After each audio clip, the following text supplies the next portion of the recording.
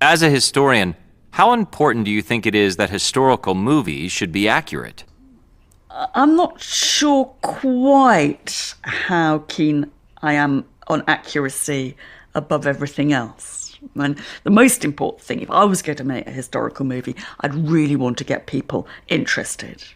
And I think that film and television program makers can be a bit sort of nerdish about accuracy.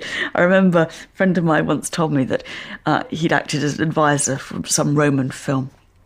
And the crew were always ringing up when they were on location, saying things like, "Now, what kind of dog should we have? Should it, if we're going to have a dog in the film, should it be an Alsatian or, a Dachshund or whatever?" And, to start with, he said he'd go to the library and he'd kind of look up and he'd find a breed. And eventually, after question after question, he'd think, look, these guys are getting the whole of Roman history in the big picture utterly wrong, and yet there they are worrying about the damn dogs. Can you think of any historical movies that you've really enjoyed? I absolutely loved Gladiator.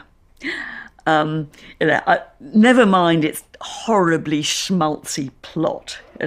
I thought in all kinds of ways it was just a wonderful, brilliant, and I don't know if it was accurate, but a justifiable recreation of ancient Rome. The beginning scenes of Gladiator, which show, Roman combat,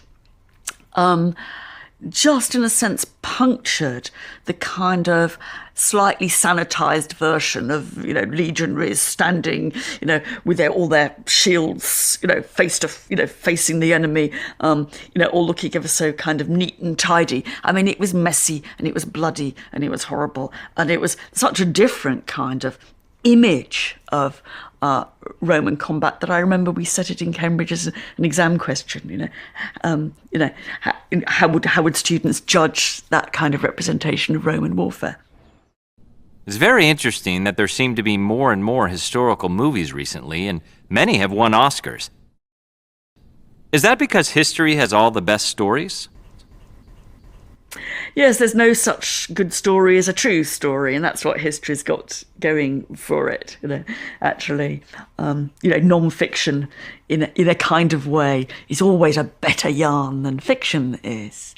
And I think it's, I feel very pleased because, and I think, for one thing, it gets some of the best stories from history into the popular attention, popular consciousness.